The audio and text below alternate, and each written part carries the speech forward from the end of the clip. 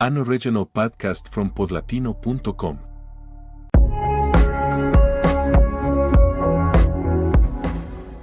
Leo doesn't ask permission to walk into a room. He simply arrives, takes up space, and something in the atmosphere shifts. Not always because of noise or spectacle, but because there's something in the way Leo shows up that signals presence, a sense that this person is truly there, fully committed to the moment, to what they feel, to what they want to build. That is the core energy of Leo. The need to move from the inside out, to make sure that whatever they do carries something personal, something genuine, something from the heart. Leo is the fifth sign of the zodiac. It belongs to the fire element, which means its engine runs on passion, initiative, and the drive to create and express. But unlike Aries, which is the fire that ignites, or Sagittarius, which is the fire that roams, Leo is fixed fire. That means its energy doesn't just spark, it sustains. Leo doesn't light a flame and walk away. It tends that flame, feeds it, shapes it into something that lasts. There's a willpower in Leo that can be extraordinary when it's pointed at something that truly matters. The ruling planet is the sun, and that's not a small detail. The sun is the center of the solar system, the source of light and energy. Not in the sense that Leo believes the entire world revolves around them, but in the sense that Leo needs a center of its own. A solid core of identity, a clear sense of who they are and what they want to express. When that center is strong, Leo can be generous, warm, creative, and genuinely inspiring. When that center becomes unstable, when Leo isn't sure who they are, or when they rely too heavily on how others see them to feel whole, that's when their deepest challenges surface. Because the energy of Leo isn't simply about needing attention, even though that tends to be the first thing people say about this sign. It's something more specific and more human than that. It's the need to be truly seen, to have what they do matter, to have what they feel acknowledged, to know that their presence has value. And honestly, most people understand that on some level. What sets Leo apart is that this need is more conscious, more central, more tied to their sense of self. In love, Leo can be one of the most devoted signs in the zodiac. They love with generosity, with enthusiasm, with a kind of romanticism that isn't performed but genuine. They enjoy celebrating their partner, surprising them, creating moments worth remembering. Leo doesn't love quietly or from the sidelines. When they care about someone, they show it, and they expect the same in return. They need to feel that the other person truly sees them, values them, that there's mutual admiration and not just comfortable routine. In a relationship where they feel invisible, overlooked, or underappreciated, Leo may begin to withdraw emotionally or react with more intensity than the situation calls for, searching for that feeling of mattering to someone again. What Leo needs to learn in love isn't to dial back what they feel, but to tell the difference between wanting to be seen and needing constant validation. There's a real distinction between wanting the person you love to recognize your worth and needing their approval in every moment, just to feel like enough. The first is healthy. The second can become a trap that keeps Leo from connecting freely and securely. In friendship, Leo tends to be loyal, protective, and enthusiastic. This is the kind of friend who shows up when there's something to celebrate, who cheers you on with real excitement, and who, when their own self-esteem is in a good place, feels no envy at all towards someone else's success. If anything, Leo can be one of the loudest voices in the room celebrating a friend's win.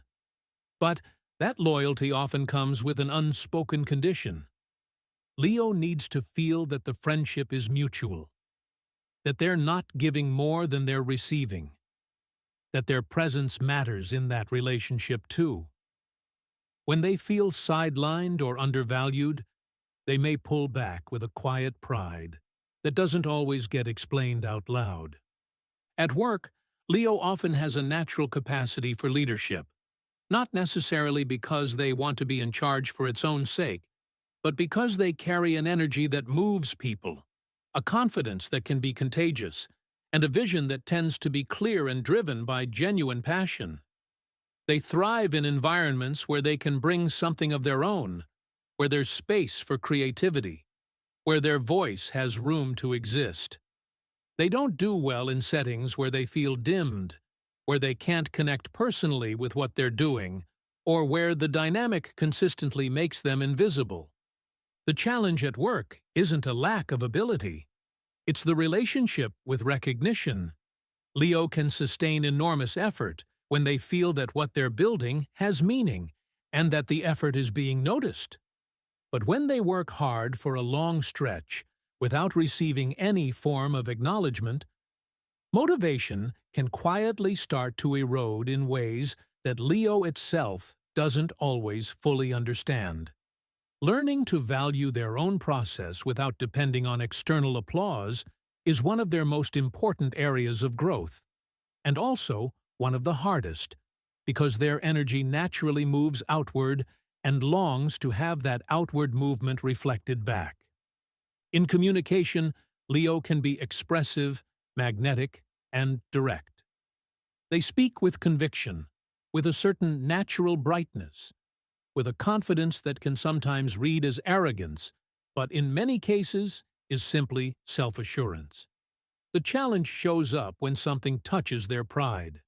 When they feel criticized, underestimated, or ignored, they can become defensive in a way that closes off the conversation.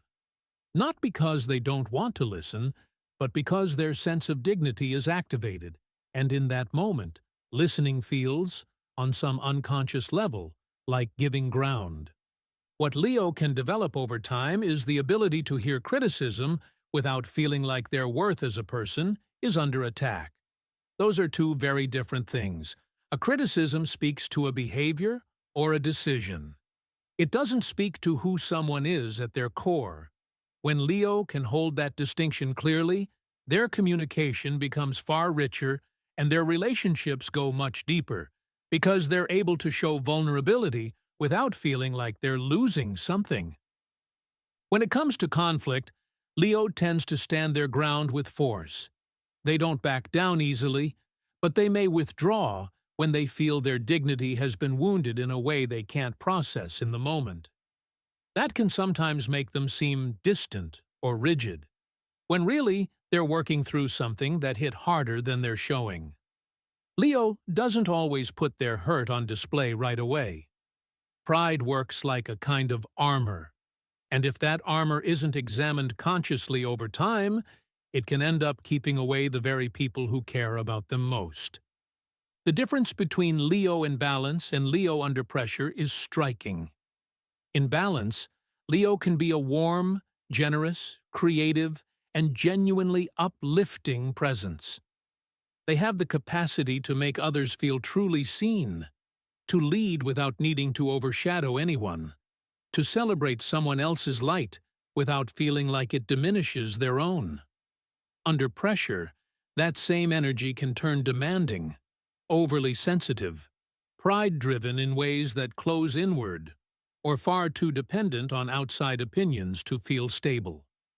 The key for Leo is understanding that self-worth isn't something that comes from the outside. It can certainly be strengthened by recognition, but if it only exists when there's applause, it's fragile. Leo's most mature and powerful version of confidence comes from knowing that their value doesn't depend on everyone seeing it, celebrating it, or understanding what they bring. It comes from a quieter, more grounded trust in themselves that doesn't need to be confirmed at every turn. Leo teaches something worth sitting with, that showing up isn't vanity, that claiming your own space isn't arrogance, that loving with intensity, creating with a personal signature, and living from the heart are real and valid ways of being in the world. This energy is an invitation to stop hiding, to stop making yourself smaller so others feel comfortable, to stop dimming your own light out of fear of shining too brightly. But Leo also teaches something subtler, that the most lasting kind of brightness isn't the kind that needs to be the most intense light in the room. It's the kind that illuminates without needing to compare. Leo, at its fullest, doesn't compete with anyone else's light, because it knows its own is enough.